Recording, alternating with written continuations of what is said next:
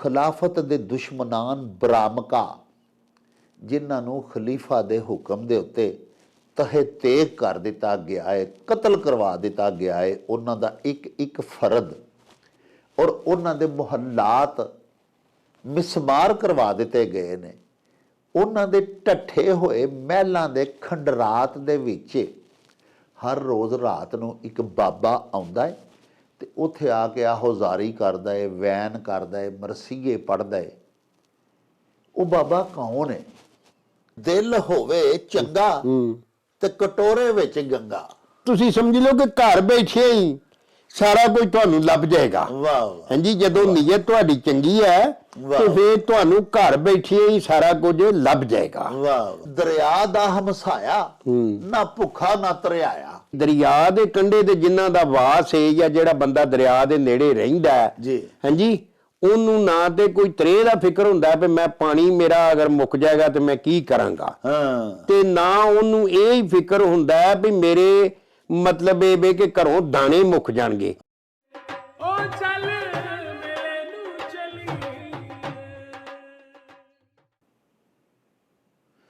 ਬਿਸਮਿल्लाहिर्रहमानिर्रहीम। शुरू खुदा दे नामों जिस दा जोड़ जवाब न कोई, जिस दी रहमत बख्शिश वाला अंत हिसाब ना कोई।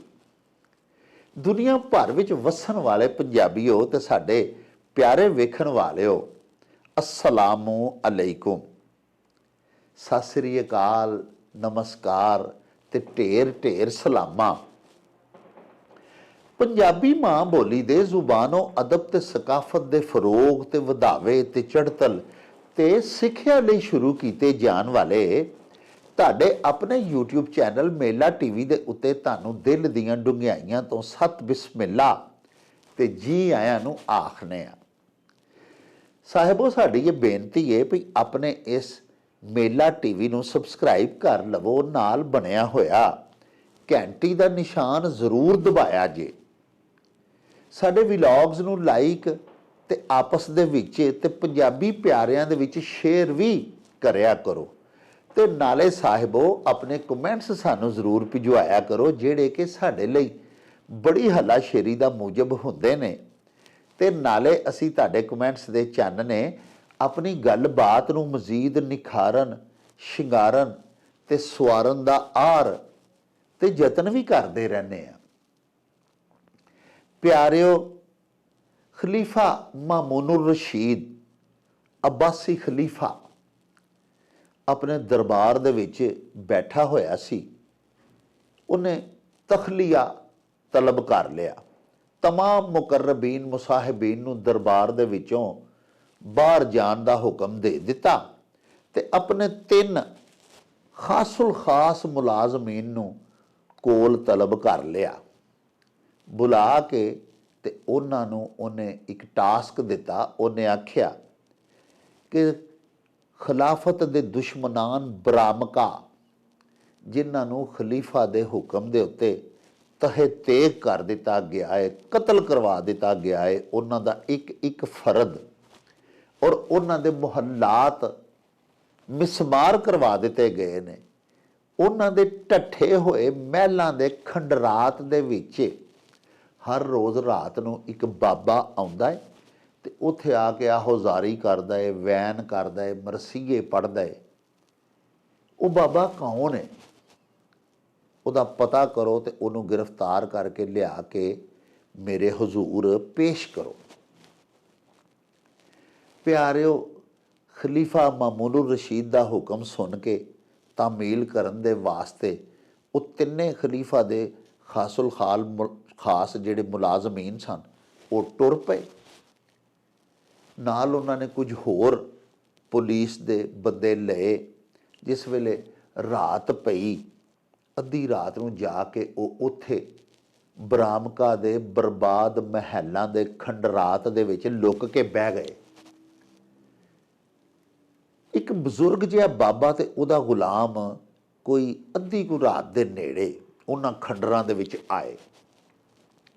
उत्थे आके ते उहदे गुलाम ने ਬਾਬੇ ਦੇ ਗੁਲਾਮ ਨੇ ਇੱਕ ਕਲੀਨ ਦਾ ਟੋਟਾ ਵਿਛਾਇਆ, ਉਹਦੇ ਉੱਤੇ ਉਹਨੇ ਇੱਕ ਛੋਟਾ ਜਿਹਾ ਤਖਤ ਪੋਸ਼ ਰੱਖਿਆ, ਜਿਹਦੇ ਉੱਤੇ ਉਹ ਬਜ਼ੁਰਗ ਬਾਬਾ ਜੀ ਬਹਿ ਗਏ, ਚਿੱਟੀ ਦਾੜੀ ਚਿੱਟਾ ਸਿਰ, ਬਹਿ ਕੇ ਤੇ ਉਹ ਬਰਾਮਕਾਂ ਨੂੰ ਯਾਦ ਕਰ ਕਰਕੇ ਰੋਣ ਲੱਗ ਪਏ। ਉਹਨਾਂ ਦੀ ਯਾਦ ਦੇ ਵਿੱਚ ਉਹਨਾਂ ਦੀਆਂ ਸਿਫਾਤ ਬਿਆਨ ਕਰਨ ਵਾਲੇ ਸ਼ੇਰ ਪੜ੍ਹਦੇ ਰਹੇ, ਫਿਰ ਉਹਨਾਂ ਦੇ ਮਰਸੀਏ ਪੜ੍ਹਦੇ ਰਹੇ, ਫਿਰ ਉਸ ਤੋਂ ਬਾਅਦ ਉਹਨਾਂ ਦੇ ਹੱਕ ਦੇ ਵਿੱਚ ਅੱਲਾਹ ਪਾਕ ਦੇ ਹਜ਼ੂਰ ਦੁਆਏ ਮਗਫਰਤ ਕੀਤੀ ਤੇ ਉਸ ਤੋਂ ਬਾਅਦ ਉੱਠ ਕੇ ਉੱਥੋਂ ਘਰ ਵਾਪਸ ਜਾਣ ਵਾਸਤੇ ਪਿਛਾਂ ਪਰਤੇ ਹੀ ਸਨ ਤੇ ਉਹ ਲੁਕੇ ਹੋਏ ਖਲੀਫਾ ਮਾਮੂਨ ਰਸ਼ੀਦ ਦੇ ਸਰਕਾਰੀ ਅਹਿਲਕਾਰਾਨ ਮੰਜ਼ਰ ਆਮ ਤੇ ਆ ਗਏ, ਬਾਹਰ ਨਿਕਲ ਆਏ। ਉਹਨਾਂ ਆ ਕੇ ਬਾਬਾ ਜੀ ਨੂੰ ਘੇਰਾ ਪਾ ਲਿਆ ਸਨੇ ਗੁਲਾਮ, ਤੇ ਉਹਨਾਂ ਆਖਿਆ ਚਲੋ ਜੀ ਤੁਹਾਨੂੰ ਖਲੀਫਾ ਨੇ ਤਲਬ ਕੀਤਾ ਹੈ। ਬਾਬਾ ਜੀ ਆਖਿਆ ਕਿ ਮੈਨੂੰ ਵਸੀਅਤ ਲਿਖ ਕੇ ਦੇ ਲੈਂਦੇ ਹੋ ਆਪਣੇ ਗੁਲਾਮ ਨੂੰ, ਤੇ ਇਹਨੂੰ ਛੱਡ ਦਿਓ, ਇਹ ਜਾਏ ਤੇ ਮੈਨੂੰ ਜਿੱਥੇ ਮਰਜ਼ੀ ਲੈ ਚੱਲੋ। ਚੁਨਾਚਾ ਇਸ ਤਰ੍ਹਾਂ ਹੀ ਕੀਤਾ ਗਿਆ। ਵਸੀਅਤ ਲੈ ਕੇ ਗੁਲਾਮ ਚਲਾ ਗਿਆ ਤੇ ਬਾਬਾ ਜਿਹੜਾ ਉਹਨੂੰ ਸਰਕਾਰੀ ਅਹਿਲਕਾਰਾਂ ਨੇ ਆਪਣੀ ਤਹਿਵੀਲ 'ਚ ਲੈ ਲਿਆ। ਸੁਬਾਹ ਜਦੋਂ ਖਲੀਫਾ ਮਾਮੂਨ ਰਸ਼ੀਦ ਦਾ ਦਰਬਾਰ ਲੱਗਾ ਤੇ ਉਹਦੇ ਮੁਲਾਜ਼ਮਾਂ ਨੇ ਬਾਬੇ ਨੂੰ ਖਲੀਫਾ ਦੇ ਹਜ਼ੂਰ ਪੇਸ਼ ਕਰ ਦਿੱਤਾ। ਮਾਮੂਨ ਨੇ ਉਸ ਬਾਬੇ ਨੂੰ ਪੁੱਛਿਆ ਕਿ ਬਜ਼ੁਰਗੋ ਤੁਸੀਂ ਕੌਣ ਹੋ?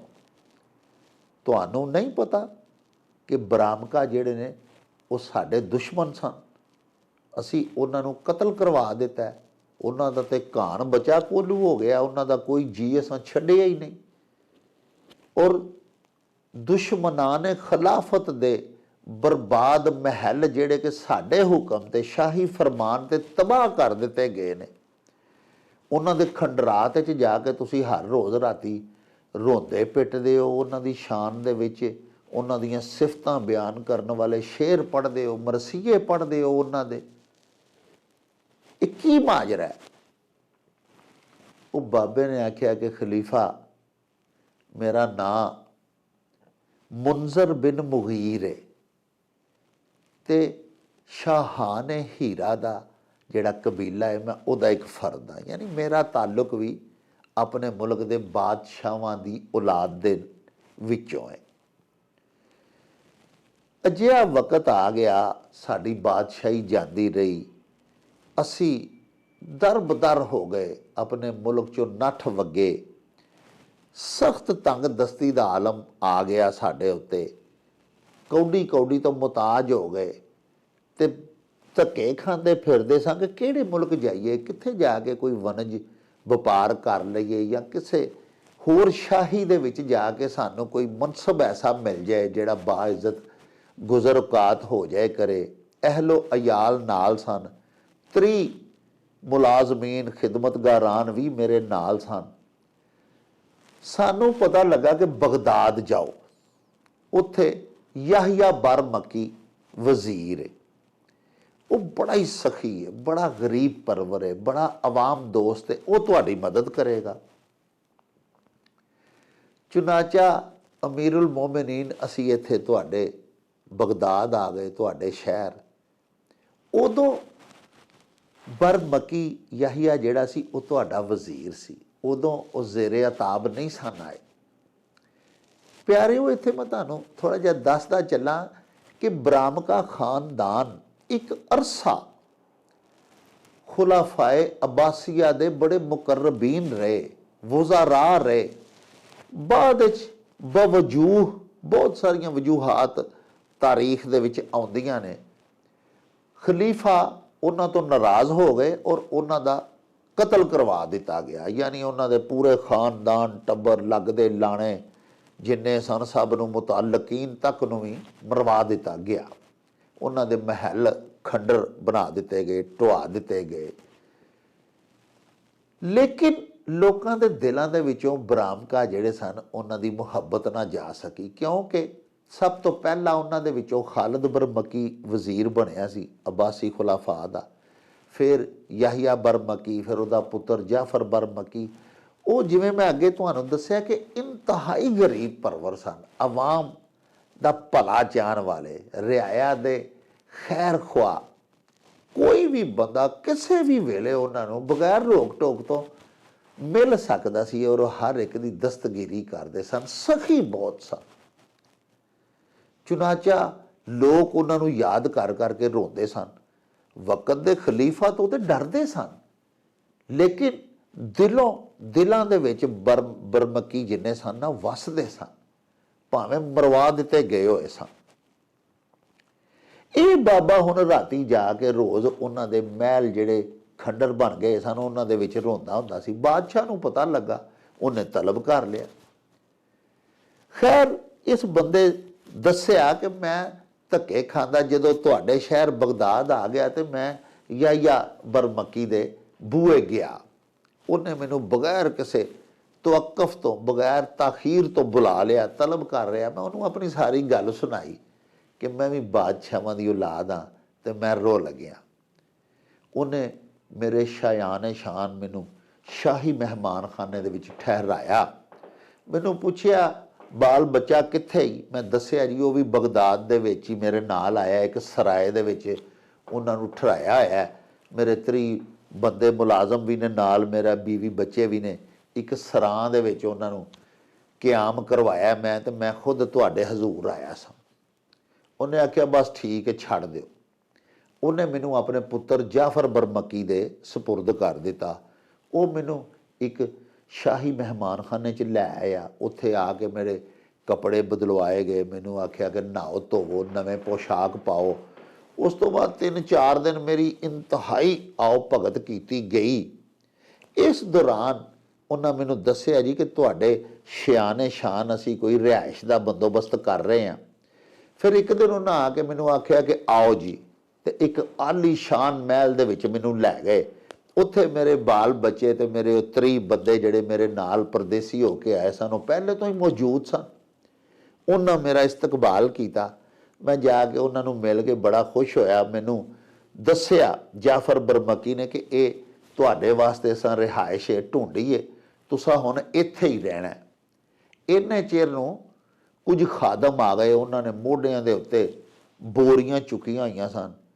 ਉਹ ਮੈਨੂੰ ਜਾਫਰ ਬਰਮਕੀ ਨੇ ਦੱਸਿਆ ਕਿ ਇਹਨਾਂ ਬੋਰੀਆਂ ਦੇ ਵਿੱਚ 10 ਲੱਖ ਦੀਨਾਰ ਨੇ, ਉਹ ਵੀ ਤੁਹਾਡੀ ਨਜ਼ਰ ਕੀਤੇ ਗਏ ਨੇ ਯਾਇਆ ਬਰਮਕੀ ਵੱਲੋਂ। ਇਹਨਾਂ ਨੂੰ ਇਸਤੇਮਾਲ 'ਚ ਲਿਆਓ, ਇਹਨਾਂ ਨਾਲ ਕੋਈ ਵਣਜ ਵਪਾਰ ਇੱਥੇ ਕਰ ਲਵੋ। ਬਹਰਹਾਲ ਇਹ ਮਹਿਲ ਵੀ ਤੁਹਾਡਾ ਜਿੱਥੇ ਤੁਸੀਂ ਰਹਿਣਾ, ਤੇ ਇਹ ਰਕਮ ਵੀ ਤੁਹਾਡੀ ਨਜ਼ਰ ਹੈ। ਬਾਬੇ ਨੇ ਖਲੀਫਾ ਮਾਮੂਨ ਰਸ਼ੀਦ ਨੂੰ ਹੋਰ ਇਹ ਗੱਲ ਸੁਣਾਈ ਕਿ 13 ਸਾਲਾਂ ਤੋਂ ਮੈਂ ਉੱਥੇ ਰਹਿ ਰਿਹਾ ਸਾਂ। ਫਿਰ ਤੁਹਾਡੇ ਅਤਾਬ ਦਾ ਬਰਾਮਕੀ ਸ਼ਿਕਾਰ ਹੋ ਗਏ। ਯਾਨੀ ਬਾਬਾ ਜੀ ਨੇ ਖਲੀਫਾ ਨੂੰ ਦੱਸਿਆ ਕਿ ਫਿਰ ਤੁਹਾਨੂੰ ਕਿਸੇ ਗੱਲੋਂ ਉਹਨਾਂ 'ਤੇ ਗੁੱਸਾ ਆ ਗਿਆ, ਤੁਸੀਂ ਉਹਨਾਂ ਨੂੰ ਮਰਵਾ ਦਿੱਤਾ। ਉਹਨੇ ਆਖਿਆ ਖਲੀਫਾ ਮਾਮੂਨ ਰਸ਼ੀਦ ਨੂੰ ਮੈਂ ਰੁੱਲ ਖੁੱਲ ਕੇ ਆਪਣੇ ਮੁਲਕ ਵਿੱਚੋਂ ਪਰਦੇਸੀ ਹੋ ਕੇ ਨਿਕਲਿਆ ਸਾਂ, ਤੇ ਇੱਥੇ ਆ ਕੇ ਉਹਨਾਂ ਨੇ ਮੈਨੂੰ ਨਾ ਸਿਰਫ ਆਲੀਸ਼ਾਨ ਰਿਹਾਇਸ਼ ਦਿੱਤੀ ਬਲਕਿ ਕਾਰੋਬਾਰ ਲਈ ਰਕਮ ਵੀ ਦਿੱਤੀ। ਹੁਣ ਮੇਰੇ ਬੱਚੇ ਇੱਥੇ ਕਾਰੋਬਾਰ ਕਰ ਰਹੇ ਨੇ। ਮੈਂ 13 ਸਾਲਾਂ ਤੋਂ ਬਰਾਮਕੀਆਂ ਦੇ ਦਿੱਤੇ ਹੋਏ ਮਹਿਲ ਦੇ ਵਿੱਚ ਰਹਿ ਰਿਹਾ ਸਾਂ। ਹੁਣ ਉਹ ਮਰ ਗਏ ਨੇ ਤੁਹਾਡੇ ਗਜ਼ਬ ਦਾ ਨਿਸ਼ਾਨਾ ਬਣ ਕੇ, ਤੇ ਮੈਂ ਹੋਰ ਉਹਨਾਂ ਦੇ ਵਾਸਤੇ ਕੁਝ ਨਹੀਂ ਕਰ ਸਕਦਾ। ਲੇਕਿਨ ਮੈਂ ਚੰਗੇ ਖੂਨ ਦਾ ਵਾਂ, ਮੈਂ ਵੀ ਬਾਦਸ਼ਾਹੀ ਖਾਨਦਾਨ ਦਾ ਫਰਦ ਹਾਂ। ਮੈਂ ਆਪਣੇ ਮੋਹਸਨਾਂ ਦੇ ਉਹ ਜਿਹੜੇ ਖੰਡਰ ਨੇ, ਉਹਨਾਂ ਦੇ ਮਹਿਲ, ਉਹਨਾਂ ਦੇ ਬਰਬਾਦਸ਼ੁਦਾ ਮਹਿਲਾਤ, ਉੱਥੇ ਰਾਤ ਨੂੰ ਜਾ ਕੇ ਉਹਨਾਂ ਦੇ ਵਾਸਤੇ ਚੰਦ ਅਲਫਾਜ਼ ਉਹਨਾਂ ਦੀ ਸਿਫਤੋ ਸਨਾ ਦੇ ਬਿਆਨ ਕਰਕੇ ਤੇ ਦੁਆਏ ਮਗਫਰਤ ਕਰਨਾ, ਮੈਂ ਇੰਨਾ ਵੀ ਨਾ ਕਰਾਂ ਤੇ ਮੇਰਾ ਜ਼ਮੀਰ ਮੈਨੂੰ ਮਾਰ ਦੇ, ਕਿਉਂਕਿ ਉਹਨਾਂ ਦੇ ਇੰਨੇ ਮੇਰੇ ਤੇ ਅਹਿਸਾਨ ਨੇ ਕਿ ਮੈਂ ਉਹਨਾਂ ਨੂੰ ਕਿਸੇ ਸੂਰਤ ਆਪਣੇ ਦਿਲੋਂ ਨਹੀਂ ਭੁਲਾ ਸਕਦਾ। ਇਸ ਤੋਂ ਬਾਅਦ ਉਹ ਬਾਬਾ ਉੱਚੀ ਉੱਚੀ ਢਾਈ ਮਾਰ ਕੇ ਰੋਣ ਲੱਗ ਪਿਆ। ਪਿਆਰਿਓ, ਖਲੀਫਾ ਮਾਮੂਨ ਰਸ਼ੀਦ ਨੇ ਉਸ ਬਾਬੇ ਮੁੰਜ਼ਰ ਬਿਨ ਮੁਗੀਰ ਦੀਆਂ ਗੱਲਾਂ ਬਾਤਾਂ ਸੁਣੀਆਂ ਤੇ ਉਹ ਆਪ ਵੀ ਆਬਦੀਦਾ ਹੋ ਗਿਆ। ਉਹਦੀਆਂ ਆਪਣੀਆਂ ਅੱਖੀਆਂ 'ਚ ਵੀ ਅਥਰੂ ਆ ਗਏ। ਉਹਨੇ ਇਤਰਾਫ ਕੀਤਾ, ਉਹਨੇ ਆਖਿਆ ਵਾਕਈ ਤੂੰ ਚੰਗੇ ਖੂਨ ਦਾ ਬੰਦਾ ਹੈ, ਤੈਨੂੰ ਪਤਾ ਵੀ ਹੈ ਕਿ ਬਰਾਮਕਾ ਦੀ ਡਾਇਰੈਕਟ ਮੁਖਾਸਮਤ ਬਾਦਸ਼ਾਹ ਵਕਤ ਖਲੀਫਾ ਵਕਤ ਦੇ ਨਾਲ ਹੈ, ਲੇਕਿਨ ਤੂੰ ਫੇਰ ਵੀ ਉਹਨਾਂ ਦੇ ਇਹਸਾਨ ਦਾ ਹਰ ਰੋਜ਼ ਇਤਰਾਫ ਕਰਨ ਉਹਨਾਂ ਖੰਡਰਾਂ 'ਚ ਜਾਂਦਾ ਹੈ। ਉਹਨੇ ਆਖਿਆ ਕਿ ਤੂੰ ਚੰਗਾ ਬੰਦਾ ਹੈ, ਤੈਨੂੰ ਅਸੀਂ ਵੀ ਮਨਸਬ ਦੇਨੇ ਆ ਔਰ ਤੈਨੂੰ 10 ਲੱਖ ਦੀਨਾਰ ਵੀ ਦੇਨੇ ਆ। ਚੁਨਾਚਾ ਖਲੀਫਾ ਮਾਮੂਨ ਦੇ ਹੁਕਮ ਦੇ ਉੱਤੇ ਪਿਆਰਿਓ ਉਸ ਬਾਬੇ ਮੁੰਜ਼ਰ ਬਿਨ ਮੁਗੀਰ ਨੂੰ 10 ਲੱਖ ਦੀਨਾਰ ਉੱਥੇ ਹੀ ਮਹਿਲ ਦੇ ਵਿੱਚ ਮਜ਼ੀਦ ਦਿੱਤੇ ਗਏ ਇਨਾਮ ਦੇ ਤੌਰ ਤੇ। ਖਲੀਫਾ ਮਾਮੂਨ ਨੇ 10 ਲੱਖ ਦੀਨਾਰ ਦੇ ਕੇ ਤੇ ਉਹਨੂੰ ਪੁੱਛਿਆ ਕਿ ਕਿਆ ਹੁਣ ਵੀ ਬਰਾਮਕਾ ਦੇ ਇਹਸਾਨਾਤ ਤੈਨੂੰ ਯਾਦ ਆਉਣਗੇ, ਕਿ ਸਾਡਾ ਇਹ ਇਹਸਾਨ ਤੂੰ ਯਾਦ ਰੱਖੇਗਾ ਜਿਹੜਾ ਅਸਾਂ ਤੇਰੇ ਤੇ ਕੀਤਾ ਹੈ। ਤੇ ਪਿਆਰਿਓ ਉਹ ਜਿਹੜਾ ਬਾਬਾ ਸੀ ਨਾ ਬੁੱਢਾ ਮੁੰਜ਼ਰ ਬਿਨ ਮੁਗੀਰ, ਉਹਨੇ ਅੱਗੋਂ ਖਲੀਫਾ ਮਾਮੂਨ ਨੂੰ ਆਖਿਆ, ਉਹਨੇ ਆਖਿਆ ਖਲੀਫਾ ਇਹ ਜਿਹੜਾ ਇਨਾਮ ਤੁਸਾਂ ਮੈਨੂੰ ਹੁਣ ਦਿੱਤਾ ਹੈ 10 ਲੱਖ ਦੀਨਾਰ, ਇਹ ਵੀ ਤੇ ਮੈਨੂੰ ਬਰਾਮਕਾ ਦੀ ਵਜ੍ਹਾ ਦੇ ਨਾਲ ਹੀ ਮਿਲਿਆ ਹੈ ਨਾ। ਉਹ ਜਿਉਂਦਿਆਂ ਵੀ ਮੇਰੇ ਤੇ ਨੇਕੀਆਂ ਕਰਦੇ ਰਹੇ, ਮੇਰੇ ਤੇ ਇਹਸਾਨ ਕਰਦੇ ਰਹੇ, ਤੇ ਹੁਣ ਉਹ ਮਰ ਗਏ ਨੇ ਤੇ ਮੈਂ ਉਹਨਾਂ ਦੇ ਬਰਬਾਦ ਮਹਿਲਾਂ ਦੇ ਖੰਡਰਾਤ ਦੇ ਵਿੱਚ ਜਾ ਕੇ ਵੈਨ ਕਰਨਾ ਵਾ, ਆਹੋਜ਼ਾਰੀ ਕਰਨਾ ਵਾ, ਤੇ ਉੱਥੋਂ ਹੀ ਤੁਸੀਂ ਮੈਨੂੰ ਫੜ ਕੇ ਇੱਥੇ ਲਿਆਂਦਾ ਹੈ। ਤੇ ਉਹਨਾਂ ਦੀ ਉਹੀ ਗੱਲਬਾਤ ਮੈਂ ਤੁਹਾਨੂੰ ਸੁਣਾਉਣ ਡਿਆ ਸਾਂ, ਉਹਨਾਂ ਦੀ ਵਜ੍ਹਾ ਨਾਲ ਹੀ ਮੈਂ ਫੜਿਆ ਗਿਆ ਤੇ ਤੁਹਾਡੇ ਹਜ਼ੂਰ ਪੇਸ਼ ਹੋਇਆ, ਤੇ ਤੁਸੀਂ ਮੈਨੂੰ ਇਹ ਇਨਾਮ ਦੇ ਦਿੱਤਾ। ਇਹ ਇਨਾਮ ਜਿਹੜਾ ਮੈਨੂੰ ਅੱਜ ਮਿਲਿਆ ਇਹ ਵੀ ਮੈਨੂੰ ਉਹਨਾਂ ਦੀ ਵਜ੍ਹਾ ਨਾਲ ਹੀ ਮਿਲਿਆ, ਮੈਂ ਉਹਨਾਂ ਨੂੰ ਕਦੀ ਵੀ ਨਹੀਂ ਭੁੱਲ ਸਕਦਾ।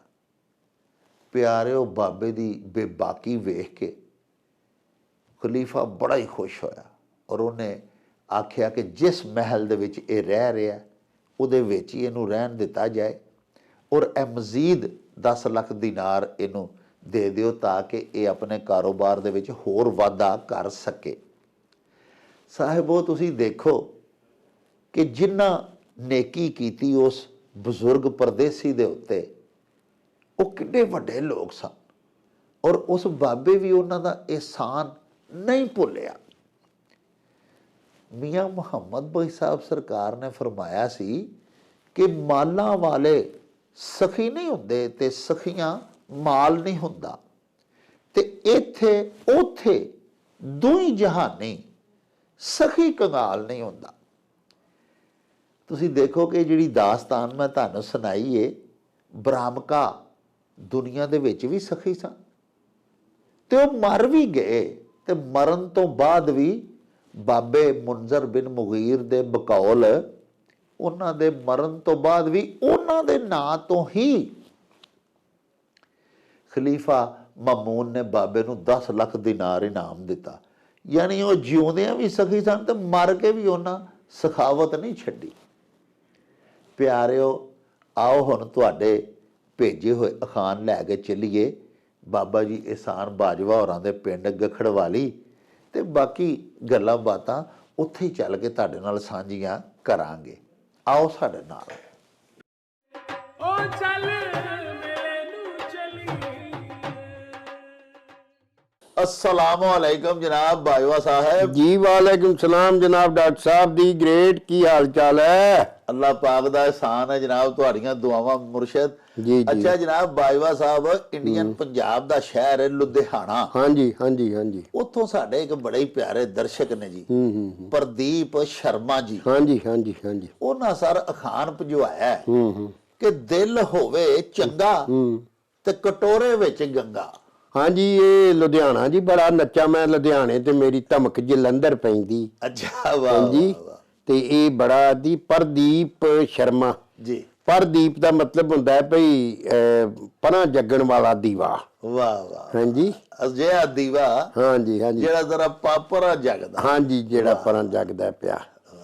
ते गल ये है जी कि ये जेड़ा अखान है कि दिल होवे दिल होवे चंगा चंगा ते कटोरे विच गंगा। हाँ जी, इहदे च दस्सिया गया है कि तुहाडी जेड़ी नीयत है ना जी, सारी जेड़ा तुहाडे अमलां दा ये जेड़ी हदीस है ना ਕਿ ਇਨਾਮਾਲਾ ਮਾਲ ਇਨਾਮਾ ਅਮਾਲ ਬਿਨ ਨਿਯਾਤ, ਕਿ ਤੁਹਾਡੀਆਂ ਅਮਲਾਂ ਦਾ ਸਾਰਾ ਦਾਰੋ ਮਦਾਰ ਤੁਹਾਡੀਆਂ ਨੀਅਤਾਂ ਉੱਤੇ ਹੈ। ਵਾਹ ਵਾਹ ਤੇ ਨੀਅਤ ਦਾ ਹੀ ਖਟਿਆ ਬੰਦਾ ਖਾਂਦਾ ਹੈ। ਜੀ। ਇਹ ਵੀ ਅਖਾਣ ਹੈ, ਜਿਹਦੀ ਜਿੰਨੀ ਨੀਅਤ ਚੰਗੀ ਹੋਏਗੀ ਜੀ, ਉਹਦਾ ਕੰਮ ਵੀ ਚੰਗਾ ਹੋਏਗਾ। ਵਾਹ ਵਾਹ ਹਾਂਜੀ। ਵਾਹ। ਤੇ ਜਦੋਂ ਉਹ ਸੋਚੇਗਾ ਸਹੀ, ਹਾਂਜੀ, ਤੇ ਅੱਲਾ ਸੋਹਣੇ ਕੋ ਜਿਹੜੀ ਸ਼ਾਇਦ ਸਿਦਕੇ ਦਿਲ ਨਾਲ ਮੰਗੇਗਾ ਜੀ, ਉਹ ਅੱਲਾ ਨੂੰ ਪ੍ਰਭੂ ਆਖ ਲੋ, ਗਾਡ ਆਖ ਲੋ, ਪਰਮੇਸ਼ਵਰ ਆਖ ਲੋ, ਹਾਂ ਜੀ। ਉਹ ਗੱਲ ਤੇ ਇੱਕੋ ਹੀ ਹੈ। ਹਾਂ। ਅੱਛਾ, ਸਾਰੇ ਮੰਨਦੇ ਉਹਨੂੰ ਹੀ ਨੇ, ਕੋਈ ਬੜਾ ਪਾ ਗਿਆ ਇਧਰੋਂ ਦੀ, ਕੋਈ ਇਧਰੋਂ ਦੀ, ਹਾਂ। ਕੋਈ ਸਿੱਧਾ।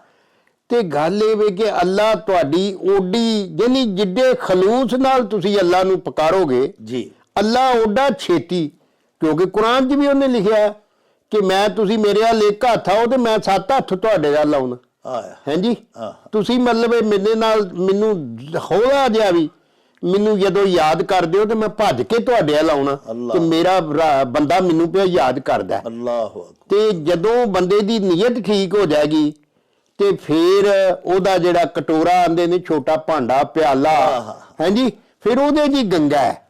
ਗੰਗਾ ਦਾ ਮਤਲਬ ਵੱਡਾ ਦਰਿਆ, ਹਾਂਜੀ, ਜਿਹਦੇ 'ਚ ਪਾਣੀ ਪਾਣੀ ਹੈ।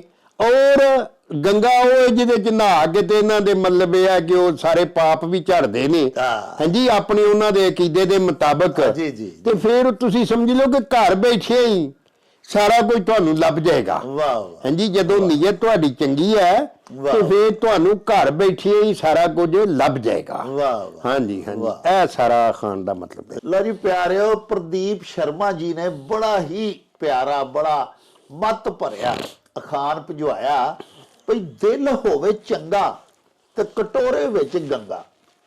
ਕੈਸੀ ਖੂਬਸੂਰਤ ਇਹਦੀ ਤਸ਼ਰੀਹ ਕੀਤੀ ਹੈ, ਇਹਦੀ ਵੰਡ ਕੀਤੀ, ਇਹਦਾ ਨਖੇੜਾ ਕੀਤਾ ਹੈ ਬਾਜਵਾ ਸਾਹਿਬ ਨੇ। ਪੰਜਾਬੀ 'ਚ ਜਿਵੇਂ ਆਖਦੇ ਨੇ, ਨੀਤਾਂ ਨੂੰ ਭਾਗ ਹੁੰਦੇ ਨੇ। ਵੇਖੋ ਨਾ ਜੀ, ਜੋ ਮੇਰੀ ਨੀਅਤ ਹੈ ਉਹਨੂੰ ਹੀ ਭਾਗ ਲੱਗਣਾ ਹੈ ਨਾ। ਜੇ ਮੇਰੀ ਨੀਅਤ ਹੀ ਬੁਰੀ ਹੈ, ਮੈਂ ਬੁਰਾਈ ਦੇ ਬਾਰੇ 'ਚ ਸੋਚ ਰਿਹਾ, ਤੇ ਬੁਰਾਈ ਦੇ ਵਿੱਚ ਮੈਂ ਕਾਮਯਾਬ ਹੋ ਜਾਵਾਂਗਾ। ਤੇ ਜੇ ਮੇਰੀ ਨੀਅਤ ਨੇਕ ਹੈ, ਮੈਂ ਭਲਾ ਚਾਹਨਾ, ਖੈਰ ਖੁਆਈ ਚਾਹਨਾ, ਮੈਂ ਏਕਤਾ ਚਾਹਨਾ, ਮੈਂ ਸਾਰਿਆਂ ਦੇ ਵਿੱਚ ਰਹਿ ਕੇ ਮੁਸਾਵਾਤ ਚਾਹਨਾ, ਊਚ ਨੀਚ ਜਿਹੜੀ ਹੈ ਜ਼ਾਤ ਪਾਤ ਦੀ, ਇਹਨਾਂ ਚੀਜ਼ਾਂ ਨੂੰ ਮੈਂ ਨਹੀਂ ਮੰਨਦਾ। ਹਰ ਇਨਸਾਨ ਮੈਨੂੰ ਆਪਣੇ ਤੋਂ ਚੰਗਾ ਤੇ ਪਿਆਰਾ ਨਜ਼ਰ ਪਿਆ ਆਉਂਦਾ ਹੈ, ਤੇ ਅੱਲਾਹ ਪਾਕ ਸੱਚਾ ਮੇਰੀ ਇਸ ਨੇਕ ਨੀਤੀ ਨੂੰ ਇੰਨਾ ਕੁ ਭਾਗ ਲਾ ਦੇਗਾ ਕਿ ਫਿਰ ਮੇਰੀ ਹਰ ਥਾਂ ਕਦਰ ਔਰ ਇੱਜ਼ਤ ਹੋਣ ਲੱਗ ਪਵੇਗੀ। ਦੂਸਰੀ ਗੱਲ ਇਸੇ ਖਾਨੇ 'ਚ ਇਹ ਦੱਸੀ ਗਈ ਹੈ ਕਿ ਵੇਖੋ ਨਾ, ਸਫ਼ਰ ਕਰਕੇ ਗੰਗਾ ਜਾਂਦੇ ਨੇ ਸਾਡੇ ਹਿੰਦੂ ਭਰਾ, ਵੀ ਉੱਥੇ ਜਾ ਕੇ ਫਿਰ ਗੰਗਾ ਇਸ਼ਨਾਨ ਕਰਦੇ ਨੇ। ਫਿਰ ਉਹਨਾਂ ਦਾ ਇਹ ਅਕੀਦਾ ਹੈ ਕਿ ਉੱਥੇ ਇਸ਼ਨਾਨ ਕੀਤਿਆਂ ਉਹਨਾਂ ਦੇ ਪਾਪ ਝੜ ਜਾਂਦੇ ਨੇ। ਤੇ ਪਿਆਰਿਓ, ਜੇ ਨੀਅਤ ਨੇਕ ਹੋਵੇਗੀ ਤੇ ਫੇਰ ਹੀ ਜਾ ਕੇ ਉੱਥੇ ਇਸ਼ਨਾਨ ਕੀਤਿਆਂ, ਦਿਲ 'ਚ ਅੱਛੀ ਸੋਚ ਲੈ ਕੇ ਜਾ ਕੇ ਉੱਥੇ ਇਸ਼ਨਾਨ ਕੀਤਿਆਂ ਹੀ ਪਾਪ ਝੜਨਗੇ। ਤੇ ਕਈ ਬੰਦੇ ਜਿਹੜੇ ਮੁਰਾਦ ਹੀ ਦਿਲ 'ਚ ਕੋਈ ਬੁਰੀ ਲੈ ਕੇ ਜਾਂਦੇ ਨੇ, ਭਾਵੇਂ ਉਹ ਮੁਸਲਮਾਨ ਹੋਵੇ, ਭਾਵੇਂ ਹਿੰਦੂ ਹੋਵੇ, ਕਿਸੇ ਮਤ ਨਾਲ ਉਹਦਾ ਤਾਲੁਕ ਹੋਵੇ, ਉਹਦੀ ਨੀਅਤ ਹੀ ਸਾਫ਼ ਨਹੀਂ, ਤੇ ਫਿਰ ਮੱਕੇ ਗਿਆ ਵੀ ਗੱਲ ਨਹੀਂ ਮੁੱਕਦੀ। ਜਿਵੇਂ ਦਿਲੋਂ ਨਾ ਮੁਕਾਈਏ। ਵੇਖੋ ਨਾ, ਇਹ ਮੁਸਲਮਾਨਾਂ ਵਾਸਤੇ ਇਹ ਆਖਿਆ ਗਿਆ। ਉਧਰ ਆਖਿਆ ਗਿਆ ਦਿਲ ਹੋਵੇ ਸਾਫ਼ ਤੇ ਕਟੋਰੇ ਵਿੱਚ ਗੰਗਾ। ਹਿੰਦੂਆਂ ਨੇ ਇਹ ਆਖ ਦਿੱਤਾ, ਅਸਾਂ ਆਖ ਦਿੱਤਾ ਕਿ ਮੱਕੇ ਗਿਆ ਗੱਲ ਮੁੱਕਦੀ ਨਹੀਂ ਜੇ ਦਿਲੋਂ ਨਾ ਮੁਕਾਈਏ। ਦਿਲ ਦੀ ਸਫਾਈ ਇੱਧਰ ਵੀ ਜ਼ਰੂਰੀ ਹੈ। ਮੱਕਾ ਸ਼ਰੀਫ ਜਾ ਕੇ ਵੀ ਕਿ ਤੇਰਾ ਦਿਲ ਹੀ ਸਾਫ਼ ਨਹੀਂ, ਤੇਰਾ ਜ਼ਿਹਨ, ਨੀਅਤ, ਸੋਚ ਹੀ ਇਹ ਵੇ ਕਿ ਮੈਂ ਹੱਜ ਕਰ ਆਵਾਂ ਤੇ ਆਉਂਦਿਆਂ ਸਾਰ ਫਿਰ ਮੈਂ ਫਲਾਣਾ ਬੁਰਾ ਕੰਮ ਕਰਾਂਗਾ, ਫਲਾਣੇ ਦੀ ਜ਼ਮੀਨ ਤੇ ਕਬਜ਼ਾ ਕਰਾਂਗਾ, ਉਸ ਹੱਜ ਦਾ ਕੀ ਫਾਇਦਾ? ਤੇ ਜੇ ਤੂੰ ਨੇਕ ਨੀਅਤੀ ਨਾਲ ਦਿਲ ਸਾਫ਼ ਕਰਕੇ ਜਾਏਗਾ, ਦਿਲ ਹੋਵੇ ਸਾਫ਼, ਕਟੋਰੇ ਦੇ ਵਿੱਚ ਫਿਰ ਗੰਗਾ ਇਸ ਤਰ੍ਹਾਂ ਆ ਜਾਂਦਾ ਪਿਆਰਿਓ ਕਿ ਦੇਖੋ ਨਾ, ਕਿ ਸਾਰੀ ਦੁਨੀਆ ਦੀਆਂ ਨੇਮਤਾਂ ਸੱਚਾ ਸਾਹਿਬ ਤੁਹਾਡੀ ਝੋਲੀ 'ਚ ਪਾ ਦਿੰਦਾ। ਤੁਹਾਡੀਆਂ ਸਦਰਾਂ ਤੇ ਅੱਲਾਹ ਪਾਕ ਦੀਆਂ ਫਯਾਜ਼ੀਆਂ ਜਿਹੜੀਆਂ ਨੇ, ਉਹ ਤੇ ਗੰਗਾ ਤੋਂ ਵੀ, ਸਮੁੰਦਰਾਂ ਤੋਂ ਵੀ ਬਹੁਤ ਜ਼ਿਆਦਾ ਨੇ ਨਾ, ਵੱਡੀਆਂ। ਲੇਕਿਨ ਜਿਵੇਂ ਗੰਗਾ ਜਿਹਾ ਵੱਡਾ ਦਰਿਆ ਇੱਕ ਕਟੋਰੇ 'ਚ ਆ ਜਾਂਦਾ, ਇੱਕ ਨੇਕ ਨੀਅਤ ਹਿੰਦੂ ਦੇ, ਉਸੇ ਤਰ੍ਹਾਂ ਹੀ ਮੁਸਲਮਾਨ ਦੀ ਝੋਲੀ ਦੇ ਵਿੱਚ ਵੀ ਅੱਲਾਹ ਸੱਚਾ ਸਾਹਿਬ ਕੁੱਲੇ ਆਲਮ ਦੀਆਂ ਉਹਦੀਆਂ ਸਦਰਾਂ, ਖੁਆਇਸ਼ਾਂ, ਉਹਦੀਆਂ ਦੌਲਤਾਂ ਪਾ ਦਿੰਦਾ।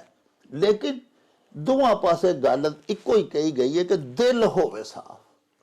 ਉਂਝ ਮੱਕੇ ਗਿਆ ਗੱਲ ਮੁੱਕਦੀ ਨਹੀਂ ਜੇ ਦਿਲੋਂ ਨਾ ਮੁਕਾਈਏ। ਲੋ ਜੀ, ਬਾਜਵਾ ਸਾਹਿਬ ਅਬਦੁਲ ਖਾਲਕ ਦੇਦੜ ਸਾਹਿਬ ਨੇ, ਤੁਹਾਡੇ ਗੁਆਂਢ ਨਾਰੋਵਾਲ ਨਾਲ ਉਹਨਾਂ ਦਾ ਤਾਲੁਕ ਹੈ ਸਰ। ਜੀ ਜੀ ਜੀ। ਉਹ ਫਰਮਾਉਂਦੇ ਨੇ ਕਿ ਦਰਿਆ ਦਾ ਹਮਸਾਇਆ ਨਾ ਭੁੱਖਾ ਨਾ ਤਰਿਆਇਆ। ਹਾਂਜੀ, ਇਹ ਖਾਨ ਦੇ ਵਿੱਚ ਦੱਸਿਆ ਗਿਆ ਵੀ ਜਿਹੜਾ ਵੀ ਵੇਖੋ ਨਾ, ਦਰਿਆ ਜਿਹੜਾ ਉਹ ਪਾਣੀ ਦਾ ਸੋਮਾ ਹੈ, ਉਥੋਂ ਪਾਣੀ ਲੰਘਦਾ ਹੈ।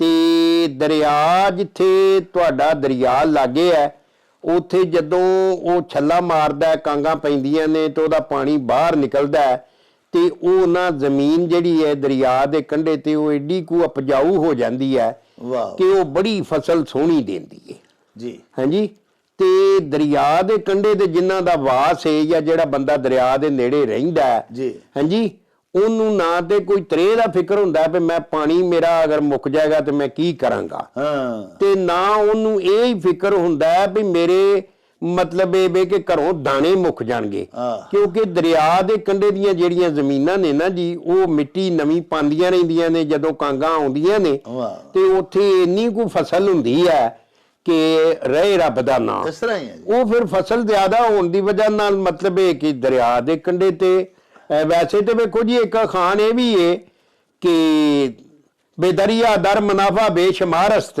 ਵ ਦਰ ਖਾਹੀ ਸਲਾਮਤ ਦਰ ਕਿਨਾਰਸਤ। ਵਾਹ, ਕਿ ਦਰਿਆ ਦੇ ਵਿੱਚ ਮੁਨਾਫਾ ਤੇ ਬੜਾ ਹੈ, ਪਰ ਜੇ ਤੂੰ ਸਲਾਮਤੀ ਚਾਹਨਾ ਤੇ ਕੰਢੇ ਤੇ ਹੀ ਠੀਕ ਰਹੇ, ਤੋ ਦਰਿਆ ਦੇ ਵਿੱਚ ਛਾਲ ਨਾ ਮਾਰ। ਤੋ ਇਹ ਜਿਹੜੀ ਕਿਉਂਕਿ ਪੰਜਾਬ ਦੀ ਗੱਲ ਹੈ ਔਰ ਪੰਜਾਬ ਦੇ ਦਰਿਆਵਾਂ ਦੀ ਗੱਲ ਹੈ ਜੀ, ਔਰ ਇਹਦੇ ਬਾਰੇ ਚ ਜਿਹੜੀ ਗੱਲ ਦੱਸੀ ਗਈ ਹੈ ਕਿ ਦਰਿਆ ਜਿਹੜਾ ਉਹ ਪਾਣੀ ਨੂੰ ਦੇ ਨਾਲ ਜ਼ਮੀਨਾਂ ਨੂੰ ਮਤਲਬ ਨਵੀਂ ਮਲ ਪਾ ਕੇ ਉਪਜਾਊ ਬਣਾ ਦਿੰਦਾ ਹੈ, ਔਰ ਉਹ ਜਿਹੜੀ ਮਲ ਪੈਂਦੀ ਹੈ ਉਹ ਤੁਸੀਂ ਸਮਝ ਲਓ ਖਾਦ ਦੀ ਵੀ ਮਾਂ ਹੁੰਦੀ ਹੈ ਔਰ ਉਹਦੇ ਨਾਲ ਇੰਨੀ ਜ਼ਿਆਦਾ ਫਸਲ ਹੁੰਦੀ ਹੈ, ਔਰ ਫਿਰ ਇੰਨਾ ਉੱਥੇ ਰੁੱਖ ਬੂਟਾ ਵੀ ਬੜਾ ਸੋਹਣਾ ਉਸ ਜਗ੍ਹਾ ਤੇ ਹੁੰਦਾ ਹੈ।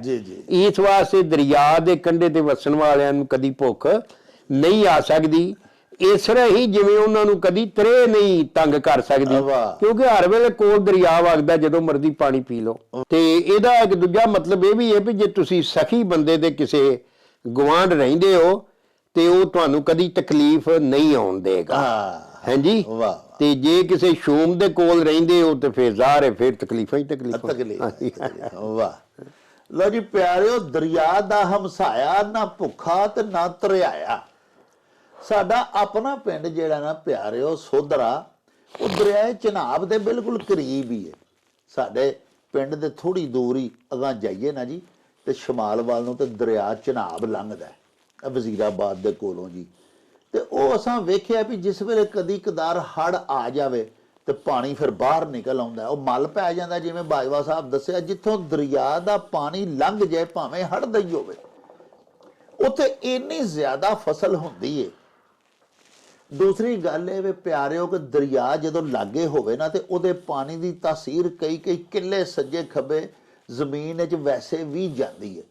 ਇੱਕ ਬੜੀ ਪਿਆਰੀ ਗੱਲ ਇਹ ਵੀ ਅਸੀਂ ਜਦੋਂ ਕਦੀ ਪਿੰਡ ਆਪਣੇ ਸੋਧਰੇ ਜਾਂਦੇ ਆ ਤੇ ਉੱਥੋਂ ਮਟਰ ਅਸੀਂ ਲੈ ਕੇ ਆਉਂਦੇ ਆ ਨਾ, ਜਿਨ੍ਹਾਂ ਦੀਆਂ ਪੈਲੀਆਂ ਨੇ ਲੋਕਾਂ ਦੀਆਂ ਦਰਿਆ ਦੇ ਸੱਜੇ ਖੱਬੇ, ਉਹ ਸਬਜ਼ੀਆਂ ਜਦੋਂ ਉਗਾਉਂਦੇ ਨੇ, ਉਹ ਫਿਰ ਸਾਡੇ ਪਿੰਡ ਸੋਧਰੇ ਦੀ ਇੱਕ ਛੋਟੀ ਜਿਹੀ ਗਲੀ ਹੈ, ਛੋਟਾ ਜਿਹਾ ਪਿੰਡ ਦਾ ਬਾਜ਼ਾਰ ਹੈ, ਉਹਦੇ ਵਿੱਚ ਆ ਕੇ ਜ਼ਮੀਨ ਤੇ ਟੋਕਰੇ ਰੱਖ ਕੇ ਵੇਚਦੀਆਂ ਨੇ ਰਹਿਣਾ ਬਹੁਤੀਆਂ।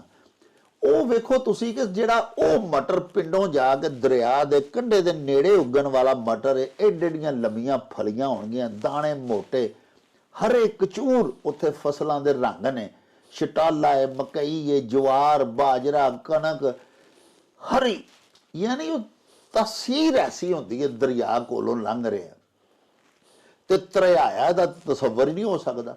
ਜਦੋਂ ਪਾਣੀ ਦਾ ਦਰਿਆ ਕੋਲੋਂ ਲੰਘ ਰਿਹਾ ਤੇ ਫਿਰ ਉਹਨੂੰ ਤਰੇ ਕਿਵੇਂ ਉਹਦੀ ਰਹਿ ਸਕਦੀ ਹੈ।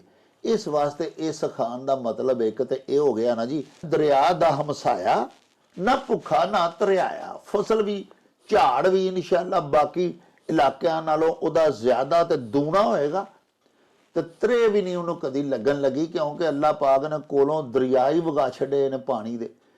ਦੂਸਰਾ ਤੇ ਸੋਹਣਾ ਮਕਸਦ ਇਹਦਾ ਇਸ ਖਾਨ ਦਾ ਮਤਲਬ ਬਾਜਵਾ ਸਾਹਿਬ ਦੱਸਿਆ ਉਹ ਇਹ ਵੇ, ਕਿਸੇ ਅੱਛੇ ਬੰਦੇ ਦੀ ਹਮਸਾਇਗੀ ਜਦੋਂ ਸਾਨੂੰ ਮੁਯੱਸਰ ਆ ਜਾਂਦੀ ਹੈ ਨਾ ਪਿਆਰੇ ਵੇਖਣ ਵਾਲੇ, ਉਹ ਮੌਲਾਨਾ ਰੂਮ ਦੇ ਹਮਸਾਏ ਨੇ ਇੱਕ ਵਾਰੀ ਆਪਣਾ ਮਕਾਨ ਵੇਚਣਾ ਲਾ ਦਿੱਤਾ। ਇੱਕ ਗਾਹਕ ਆਇਆ, ਉਹਨੇ ਆਖਿਆ ਜੀ ਕਿੰਨੇ ਦਾ ਤੁਸੀਂ ਇਹ ਮਕਾਨ ਵੇਚਣਾ ਹੈ? ਉਹਨੇ ਆਖਿਆ ਜੀ ਮਕਾਨ ਦੀ ਕੀਮਤ ਹੈ 4000 ਦਿਰਹਮ, ਲੇਕਿਨ 44000 ਦਾ ਵੇਚਾਂਗਾ। ਉਹ ਖਰੀਦਦਾਰ ਆਖਿਆ ਵੀ ਯਾਰ 4000 ਦਿਰਹਮ ਤੋਂ ਮੂੰਹੋਂ ਮੰਨਣਾ ਪਿਆ ਵੀ ਮੇਰੇ ਮਕਾਨ ਦੀ ਕੀਮਤ ਹੈ ਤੇ ਭੈਣਿਆ 44000 ਕਾਹਦਾ ਮੰਗਣਾ? ਉਹਨੇ ਆਖਿਆ 44000 ਇਸ ਵਾਸਤੇ ਮੰਗਣਾ ਕਿ ਮੇਰੇ ਗੁਆਂਢ ਮੇਰੀ ਕੰਧ ਦੇ ਨਾਲ ਕੰਧ ਦੇ ਮੌਲਾਨਾ ਰੂਮ ਰਹਿੰਦੇ ਨੇ। ਤੇ ਵੇਖੋ ਨਾ ਤੁਸੀਂ ਕਿਸ ਕਦਰ ਅੱਛੇ ਹਮਸਾਏ ਦੀ ਇੱਜ਼ਤ ਵਕਾਰ ਔਰ ਕੀਮਤ ਹੁੰਦੀ ਹੈ। ਜਿਹੜੇ ਸਨ ਮੌਲਾਨਾ ਰੂਮ, ਜਿਨ੍ਹਾਂ ਨੂੰ ਬਹਿਰੁਲ ਉਲੂਮ ਕਿਹਾ ਗਿਆ, ਯਾਨੀ ਇਲਮਾਂ ਦੇ ਸਮੁੰਦਰ ਸਨ। ਅਸੀਂ ਤੇ ਗੱਲ ਦਰਿਆ ਦੀ ਪਾ ਕਰ ਰਹੇ ਹਾਂ ਨਾ, ਵੀ ਦਰਿਆ ਦਾ ਹਮਸਾਇਆ, ਨਾ ਭੁੱਖਾ ਨਾ ਤਰਿਆਇਆ। ਤੇ ਮੌਲਾਨਾ ਰੂਮ ਤੇ ਪਿਆਰਿਓ ਇਲਮਾਂ ਦਾ ਸਮੁੰਦਰ ਸਨ। ਤੇ ਚੁਨਾਚਿਆ ਉਹਨਾਂ ਦੇ ਗੁਆਂਢ ਜਿਹਨੇ ਆਉਣਾ ਸੀ ਉਹਨੂੰ ਕੀਮਤ ਤੇ ਚੁਕਾਣੀ ਚਾਹੀਦੀ ਹੈ ਨਾ, ਕਿਉਂਕਿ ਕੋਈ ਚੰਗਾ ਬੰਦਾ, ਕੋਈ ਬੜਾ ਵੱਡਾ ਆਲਮੇ ਦੀਨ, ਕੋਈ ਬੜਾ ਨੇਕ ਸੂਰਤ ਸੀਰਤ ਵਾਲਾ ਧੰਨਵਾਨ, ਕੋਈ ਬਦਖਵਾਹ ਨਾ ਹੋਵੇ, ਬਦ ਸੋਚ ਵਾਲਾ ਨਾ ਹੋਵੇ, ਨੇਕ ਸੋਚ ਵਾਲਾ, ਨੇਕ ਸੀਰਤ ਵਾਲਾ ਅਮੀਰ ਆਦਮੀ ਵੀ ਕਿਸੇ ਦਾ ਮਸਾਇਆ ਹੋਵੇ ਤੇ ਉਹਦੇ ਆਲੇ ਦੁਆਲੇ ਕਈ ਘਰਾਂ ਤੱਕ ਜਿਹੜੇ ਗਰੀਬ ਨੇ ਉਹਨਾਂ ਦੀ ਗਰੀਬੀ ਕੱਟਦੀ ਹੈ। ਉਹ ਭੁੱਖੇ ਤਰਿਆਏ ਨਹੀਂ ਫਿਰ ਸੌਂਦੇ, ਕਿਉਂਕਿ ਉਹ ਉਹਦੀ ਛਤਰ ਛਾਵੇਂ ਹੁੰਦੇ ਨੇ। ਉਹ ਅਜ਼ੀਮ ਆਦਮੀ, ਉਹਨਾਂ ਦਾ ਵੀ ਧਿਆਨ ਕਰਦਾ ਕੋਲੋਂ।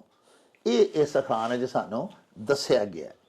ਸਾਹਿਬੋ, ਇਹਦੇ ਨਾਲ ਹੀ ਸਾਡੇ ਅੱਜ ਦੇ ਇਸ ਪ੍ਰੋਗਰਾਮ ਦਾ ਵੇਲਾ ਮੁੱਕ ਗਿਆ ਹੈ। ਲਵਾਂਗੇ ਹੁਣ ਤੁਹਾਡੇ ਤੋਂ ਇਜਾਜ਼ਤ। ਲੈ ਯਾਰ ਹਵਾਲੇ ਰੱਬ ਦੇ ਤੇ ਮੇਲੇ 4 ਦਿਨਾਂ ਦੇ, ਉਸ ਦਿਨ ਈਦ ਮੁਬਾਰਕ ਹੋਸੀ, ਜਿਸ ਦਿਨ ਫੇਰ ਮਿਲਾਂਗੇ। ਰੱਬ ਰਾਖਾ ਤੇ ਅੱਲਾ ਬੇ ਅੱਲਾ ਬੇ। ओ चल मेले नू चली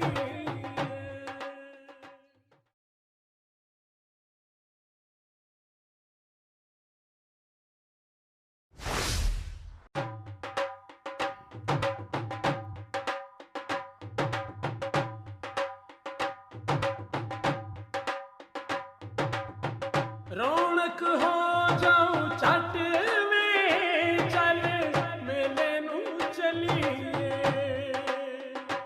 ओ रौनक हो जाऊं छट में चल मेले नू चलिए मल्ला कट कुड़ दे वट में चल मेले नू चलिए हाय चल